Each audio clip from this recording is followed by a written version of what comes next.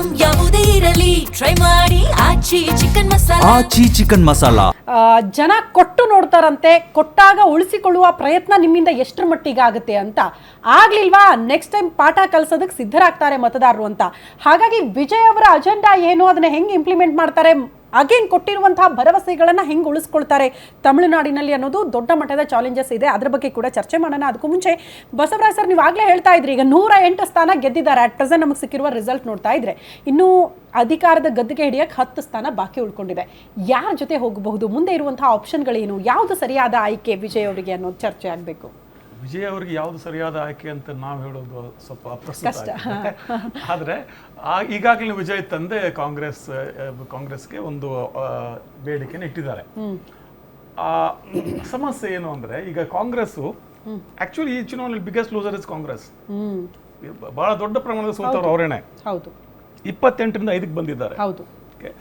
So 5 ಸೀಟುಗಳನ್ನು ಅವರು ಬೆಂಬಲ ಕೊಟ್ಟರು ಕೂಡ ಏನಾಗುತ್ತೆ, Congress is already part of DMK alliance. Stalin ಜೊತೆಲಿ ಹೇಗೆ ಅವರು ಅದನ್ನ ನಿಭಾಯಿಸ್ತಾರೆ, that is one big challenge. ಅದರ ಆಚೆ IUML ಜೊತೆ ಮಾತಾಡಬಹುದು, they are quite friendly to them. And also DMDK, there is a possible of DMDK. ಇದು ಏನೋ ಒಂದು ಇಂಜಿನಿಯರಿಂಗ್ ಆಗುತ್ತೆ. That's not exactly like that, but something will happen, they will manage this. ಆದರೆ ಕಾಂಗ್ರೆಸ್ಗೆ ಯಾಕೆ ಮುಖ್ಯ ಅಂದರೆ, TVK ವಿಜಯ್ ಅವ್ರನ್ನ ಬೆಂಬಲಿಸೋದು ಯಾಕೆ ಮುಖ್ಯ ಆಗುತ್ತೆ ಅಂದರೆ, ಈ ಆಗಲೇ ರಾಜೇಂದ್ರ ಅವ್ರು ಹೇಳ್ತಿದ್ರಲ್ಲ NT ರಾಮರಾವ್ ಅವರ ಒಂದು ಗೆಲುವಿನ ಒಂದು ಇತಿಹಾಸವನ್ನ. ಅದು NT ರಾಮರಾವ್ ಆಂಧ್ರ ಪ್ರದೇಶದಲ್ಲಿ ಗೆಲ್ಲಬೇಕಾದ್ರೆ ಅದಕ್ಕೊಂದು ರಾಷ್ಟ್ರೀಯ ಸಂದರ್ಭ ಕೂಡ ಇರ್ತದೆ.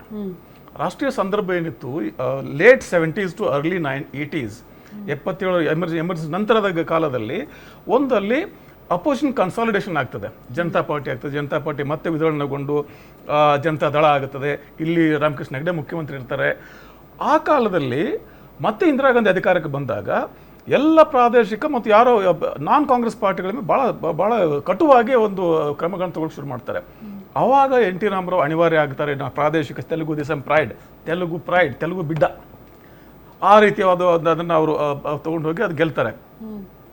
ಈಗಿನ ಸಂದರ್ಭ ಏನಿದೆ, ಈಗ ನಾವು ನೋಡ್ತಾ ಇದ್ದೇವೆ ಕಳೆದ ಅನೇಕ ತಿಂಗಳಿಂದ ಈಗಿನ ರಾಷ್ಟ್ರೀಯ ಪೊಲಿಟಿಕಲ್ ಡಿಸ್ಕೋರ್ಸ್ ಏನಿದೆ, ರೀಜನಲಿಸಮ್ ವರ್ಸಸ್ ಫೆಡರಲಿಸಮ್, ಪ್ರಾದೇಶಿಕತೆ ಮತ್ತು ರಾಷ್ಟ್ರೀಯತೆ.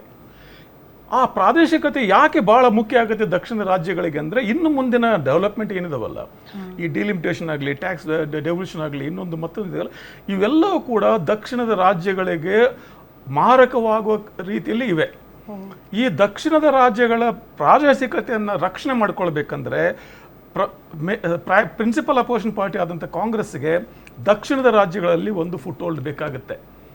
ಈಗ ಅವ್ರಿಗೆ ಕರ್ನಾಟಕ ಇದೆ, ತೆಲಂಗಾಣ ಇದೆ, ಕೇರಳ ಇದೆ, ತಮಿಳುನಾಡಲ್ಲಿ if they identify, if they go with TVK, they will be having sizable influence in the south. It works very well, not only for Congress, also for all the southern States.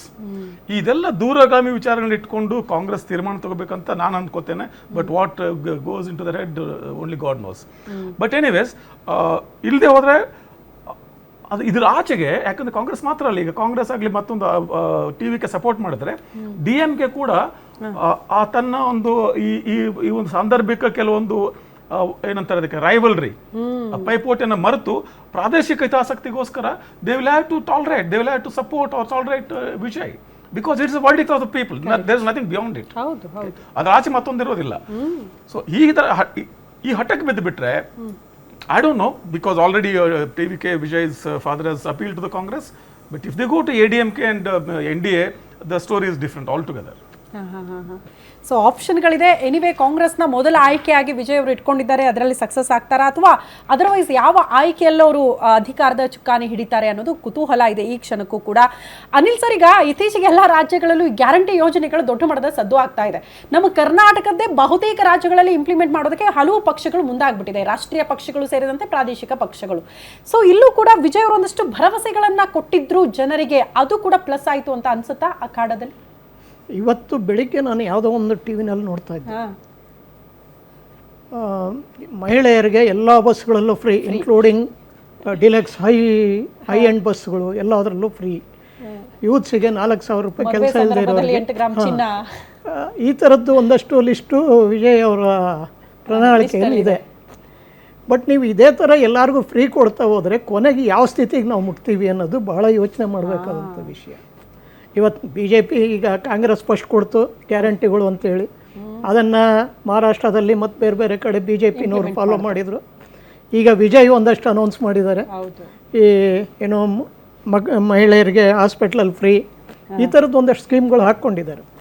But ಅದನ್ನು ಯಾವ ರೀತಿ ಅವ್ರು implement ಮಾಡ್ತಾರೆ again, ಈಗ ಹೇಳಿದ್ವಲ್ಲ, ನಾಳೆ ಸರ್ಕಾರ ಮಾಡೋವರೆಗೂ ಅವ್ರಿಗೆ ಗೊತ್ತಾಗಲ್ಲ. ಸರ್ಕಾರದಲ್ಲಿ ಕೂತಾಗಲೇ ಅದ್ರದ್ದು ಪ್ಲಸ್ ಆ್ಯಂಡ್ ಮೈನಸ್ ಏನು ಅನ್ನೋದು ಗೊತ್ತಾಗೋದು. ಎಷ್ಟು ದಿನ ಇವ್ರು ಈ ರೀತಿ ಫ್ರೀ ಕೊಟ್ಕೊಂಡು ಮಾಡೋದಕ್ಕೆ ಸಾಧ್ಯ? ಇವತ್ತು ನಾವು ಕರ್ನಾಟಕದಲ್ಲಿ ನೋಡ್ತಾ ಇದ್ದೀವಿ, ಎಷ್ಟೋ ಗೌರ್ಮೆಂಟ್ ಎಂಪ್ಲಾಯೀಸ್ಗೆ ಗೌರ್ಮೆಂಟ್ ಆಫೀಸ್ಗಳಲ್ಲಿ 3 ತಿಂಗಳಿಂದ ಸಂಬಳಗಳು ಕೊಡ್ತಾ ಇಲ್ಲ, ದುಡ್ಡಿಲ್ಲ ಅಂತೇಳಿ. ಯಾವ ರೀತಿ ಮ್ಯಾನೇಜ್ ಮಾಡ್ತಾರೆ? ಅಥವಾ ಇವ್ರ ಕಂಪ್ನಿಗಳು CSR ಫಂಡ್ ಯೂಸ್ ಮಾಡ್ತಾರೆ, ಅವರು ಎಷ್ಟು ಅಂತ ಕೊಡ್ತಾರೆ? ಸೊ ಇದೆಲ್ಲ ಕ್ವಶನ್ ಮಾರ್ಕ್ ಇದೆ. ಇದೇನು ಅಂದರೆ ನಾವು ಇವತ್ತು ಗೆದ್ದು ಬಿಟ್ಟಿದ್ದೀವಿ ನಿಜ, ಅದನ್ನು ಉಳಿಸ್ಕೊಂಡು ಹೋಗೋದು ಹೆಂಗೆ? ಪ್ರಣಾಳಿಕೆಯಲ್ಲಿ ಕೊಟ್ಟಿರೋ ಭರವಸೆ ಉಳಿಸ್ಕೊಂಡು ಹೋಗೋದು, ಗ್ಯಾರಂಟಿ ಕೊಡೋದೇ ದೊಡ್ಡ ಇದಲ್ಲ. ಜನನು ಈಗ ಅಲರ್ಟ್ ಆಗಿದ್ದಾರೆ, ಹುಷಾರಾಗಿದ್ದಾರೆ. ಯಾರಿಂದ ಕೊಡ್ತೀರಾ ಸ್ವಾಮಿ? ನಮ್ ದುಡ್ಡು ನಮಗೆ ಕೊಡ್ತೀರಾ ನೀವು? ನಾವು ಅದಕ್ಕೆ ಯಾಕೆ ನಿಮ್ಮನ್ನ ಆಯ್ಕೆ ಮಾಡ್ಕೊಳ್ಬೇಕು ಅನ್ನೋ ಮನಸ್ಥಿತಿ ತಲುಪಿದ್ದಾರೆ ಅಂತ ಕೆಲವರು. ಏನಿವೆ ರಾಜೇಂದ್ರ ಸರ್, ಈಗ ಪ್ರಶ್ನೆ ಇರೋದು ನಮ್ಮ ರಾಷ್ಟ್ರೀಯ ಪಕ್ಷಗಳ ಹವಾ ನೋಡೋದಕ್ಕೆ ಸಿಗ್ಲಿಲ್ಲ ಅಂತ. ಕಾಂಗ್ರೆಸ್ ಈಗ ತಾನೇ ಬಸವರಾಜ್ ಸರ್ ಹೇಳ್ತಾ ಇದ್ರು, ಇರುವ ಸ್ಥಾನಗಳನ್ನ ಉಳಿಸ್ಕೊಳ್ಳುವಲ್ಲೂ ವಿಫಲ ಆಗೋಯ್ತು ಅಂತ. ಅಂದ್ರೆ ಯುದ್ಧಕ್ಕೂ ಮುನ್ನ ಶಸ್ತ್ರತ್ಯಾಗ ಆಗಿ ಹೋಗಿತ್ತ ಕಾಂಗ್ರೆಸ್ ಕಡೆಯಿಂದ ಅನ್ನೋದು ಒಂದು ಪ್ರಶ್ನೆ ಆಯ್ತು ತಮಿಳುನಾಡಿನಲ್ಲಿ. ಜೊತೆಗೆ ತಮಿಳುನಾಡಿನಲ್ಲಿ ಈಗ ಪಶ್ಚಿಮ ಬಂಗಾಳದಲ್ಲಿ ಬಿಜೆಪಿಗೆ ಈ ಸುವೇಂದು ಅಧಿಕಾರಿ ಹೆಂಗೆ ಬೂಸ್ಟರ್ ಡೋಸ್ ಆಗಿದ್ದಾರೋ ಹಂಗೆ ಇಲ್ಲಿ ಅಣ್ಣಾಮಲೈ ಅವರು ಇದ್ರು ಅಂತ. ಅಟ್ಲೀಸ್ಟ್ ಒಂದು ಬಿಜೆಪಿ ಅಲೆ ಸೃಷ್ಟಿ ಮಾಡುವಲ್ಲಿ ಕೆಲಸ ಮಾಡ್ತಾ ಇದ್ರು, ಅವ್ರನ್ನ ಸರಿಯಾಗಿ ಬಳಸ್ಕೊಳ್ಳಿಲ್ವಾ ಅಲ್ಲಿ ಅನ್ನೋ ಪ್ರಶ್ನೆ. ರಾಷ್ಟ್ರೀಯ ಪಕ್ಷಗಳ ವೈಫಲ್ಯ ಎದ್ದು ಕಾಣಿಸ್ತಾ ಇದೆಯಾ ತಮಿಳುನಾಡಿನಲ್ಲಿ ಅಂತ? ಅಲ್ಲ, ಕಾಂಗ್ರೆಸ್ ಪಕ್ಷ ತಮಿಳುನಾಡಿನಲ್ಲಿ ಯಾವತ್ತೋ ಲಾರ್ಜರ್ ಬೇಸ್ ಕಳ್ಕೊಂಡಿದೆ. 1974 ಇದರಲ್ಲೇ ಹೋಗ್ಬಿಡ್ತದೆ, 72, 73ನಲ್ಲೇ ಅವ್ರು ಆವತ್ತೇ ಅವರು ಡಿಸೈಡ್ ಮಾಡಿದ್ರು, we have to go with either with DMK or DMK. ಮಾಮೂಲಿ ಅದು ನಾವು ನೋಡ್ತಾನೆ ಬಂದಿದ್ದೀವಿ. ಹಾಗಾಗಿ ಅವರಿಗೆ ಹೆಚ್ಚಿನ ಒಂದು ಇದು ಇಲ್ಲ. 5-6ಕ್ಕೆ ಬಂದಿದ್ದಾರೆ, ಅವರೇ ಆನ್ ದೇರ್ ಓನ್ ಸರ್ಕಾರ ಮಾಡಿದ್ದೆಲ್ಲೂ ತಮಿಳುನಾಡಲ್ಲಿ ಕಾಂಗ್ರೆಸ್ ಇಲ್ಲ, ಯಾವತ್ತಕ್ಕ ಆಸೆ ಬಿಟ್ಬಿಟ್ರು. ಅದಾದ ನಂತರ ಈಗ BJP ಭಾರತೀಯ ಜನತಾ ಪಕ್ಷ ಬಹಳ ಟ್ರೈ ಮಾಡ್ತು, ಏನು ಅಣ್ಣಾಮಲೈಯನ್ನು ಬಿಡ್ತು, ಮತ್ತೆ ಏನೇನೋ ಮಾಡ್ತು. ಆದರೂ ಎಲ್ಲೋ ಒಂದು ಕಡೆ ಅವ್ರಿಗೂ ಬಹುಶಃ ಗೊತ್ತಾಯ್ತೋ ಏನೋ ಗೊತ್ತಿಲ್ಲ. ಆದರೆ ಈ ಮೈಂಡ್ ಸೆಟ್ ಅಂತಕ್ಕಂಥದ್ದು ಏನಿದೆ, ಈ ಮೈಂಡ್ ಸೆಟ್ಟನ್ನು ನಾವು ಬದಲಾಯಿಸಿ ಇಲ್ಲಿ ಒಂದು ಕರ್ನಾಟಕದಲ್ಲಿ ಯಾವ ರೀತಿ BJP ಒಂದು ದೊಡ್ಡ ದೊಡ್ಡ ಮೈಲಿಗಲ್ಲು ಒಂದು ಜೆಂಡಾ ನೆಟ್ಟಿದೆ, ಹಾಗೆ ಮಾಡೋಕ್ಕೆ ಆಗುತ್ತಾ ಅಂತ ಟ್ರೈ ಮಾಡಿದೆ. ಅದಕ್ಕೆ ಬಹಳ ಸಾರಿ ರೆಫರೆನ್ಸಸ್ ನಮ್ಮ ಪ್ರಧಾನಮಂತ್ರಿ ಅವರು ಕರ್ನಾಟಕನೇ ಜಾಸ್ತಿ ತಗೊಳ್ತಾ ಇರ್ತಾರೆ ಸ್ಪೀಚ್ಗಳಲ್ಲಿ. ಯಾಕೆಂತ ಹೇಳಿದ್ರೆ, of course he was the incharge of Karnataka also. Narendra Modi ಗುಜರಾತ್ಗೂ ಅವ್ರು ಮುಖ್ಯಮಂತ್ರಿ ಆಗಿರಲಿಲ್ಲ, ಅವರು ಕರ್ನಾಟಕದ ಇನ್ಚಾರ್ಜ್ ಆಗಿದ್ರು. ಆದರೆ ಅದು ಆಗ್ತಾ ಇಲ್ಲ ಅನ್ನೋದಲ್ಲಿ ಈ ರಿಸಲ್ಟ್ ಕೂಡ ಅದೇ.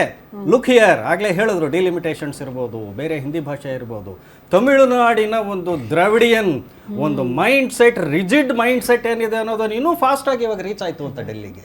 This is obvious.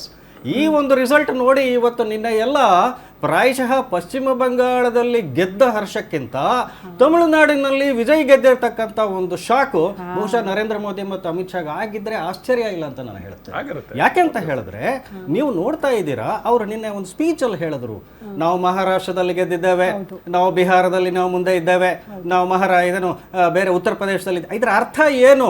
ನಮ್ಮ ವಸಾಹತುಗಳನ್ನು ನಾವು ಜಾಸ್ತಿ ಮಾಡ್ತಾ ಇದ್ದೇವೆ, ನಮ್ಮ BJPಯ ಸಾಮ್ರಾಜ್ಯಗಳು ಹೆಚ್ಚಾಗ್ತಾ ಇದೆ ಅಂತಕ್ಕಂಥದ್ದು ಹೆಚ್ಚುಗಾರಿಕೆಯನ್ನು ಅವ್ರು ಹೇಳ್ಕೊಳ್ತಾ ಇದ್ದಾರೆ. ಆದರೆ ತಮಿಳುನಾಡು ಅದಕ್ಕೆ ಒಂದು ಬ್ರೇಕ್ ಹಾಕ್ತು.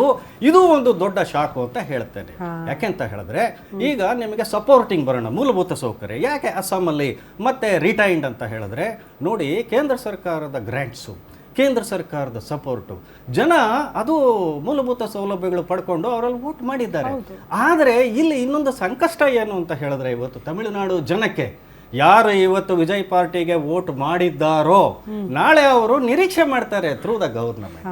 ಹಾಗಾದ್ರೆ ಈ ಗ್ರ್ಯಾಂಟ್ಸ್ ನೀವು ಹೇಗೆ ತರ್ತೀರಿ, ನೀವು ಹೇಗೆ ಮಾಡ್ತೀರಿ? ಅದಕ್ಕೆ ಒಂದು ರೀತಿಯಾದಂತಹ ಒಂದು ಏನು ಅಂತ ಮುಕ್ತ ಭಾವನೆ ಇಲ್ಲ. ಸ್ಟೇಟ್ಸ್ ಅಂತ ಹೇಳಿದ್ರೆ ಕೇಂದ್ರ ಸರ್ಕಾರಕ್ಕೆ ಎಲ್ಲ ರಾಜ್ಯಗಳಿಗೆ ಬರಬೇಕಾಗಿರ್ತಕ್ಕಂಥ ಅನುದಾನಗಳು ಸಮರ್ಪಕವಾದ ಸಮಾನವಾದ ರೀತಿಯಲ್ಲಿ ಕೊಡ್ತಾ ಇದೆಯಾ ಅಂತಕ್ಕಂಥ ಇದು ರಾಜಕೀಯವಾಗಿ ತಾನೇ ಅವರು ನೋಡೋದು. ಸೊ ಹೀಗಾಗಿ ಇವೆಲ್ಲವೂ ಕೂಡ ಸರಿಯಾಗಿದ್ದಾಗ ಸರಿ, ಆದರೆ ಜಾಸ್ತಿ ಟ್ಯಾಕ್ಸ್ ಕಟ್ಟುವಂಥ GST ಕಟ್ಟುವಂಥ ಕರ್ನಾಟಕಕ್ಕೆ ನೀವು ಒಂದು ಕಣ್ಣಿಗೆ ಸುಣ್ಣ ಇನ್ನೊಂದು ಕಣ್ಣಿಗೆ ಬೆಣ್ಣೆ ಇಡ್ತೀರಾ. ಹೀಗಿರಬೇಕಾದ್ರೆ ಇವು ಸಾಧ್ಯನಾ ಅಂತಕ್ಕಂಥದ್ದು ಪ್ರಶ್ನೆ. ಪ್ರಶ್ನೆ ಬರುತ್ತೆ. ರಾಷ್ಟ್ರೀಯ ಪಕ್ಷವಾಗಿ BJP ಪ್ರಾಯಶಃ ಏನು ಈಗ ಪಶ್ಚಿಮ ಬಂಗಾಳದಲ್ಲಿ ಟ್ರೈ ಮಾಡ್ತು, ನೆಲ ಕಚ್ಚಿ by hit out or get out, do or die ಅಂತ, ಪ್ರಾಯಶಃ ಇನ್ನು ಮುಂದೆ ಆ ರೀತಿಯಾದಂತಹ ಒಂದು ರಿಜಿಡ್ ಆಗಿ ಕೇಡರ್ ಪೋಸ್ಟ್ ಏನಾದರೂ ತಮಿಳುನಾಡಿನಲ್ಲಿ ಈಗಲಿಂದ ಕೆಲಸ ಮಾಡಿದ್ರೆ ವಿ ಕಾಂಟ್ ಸೇ ವರ್ಕೌಟ್ ಆಗುತ್ತೆ ಅಂತ. ಗ್ಯಾರಂಟಿ ನ್ಯೂಸ್, ಸುದ್ದಿ ಖಚಿತ, ನ್ಯಾಯ ನಿಶ್ಚಿತ.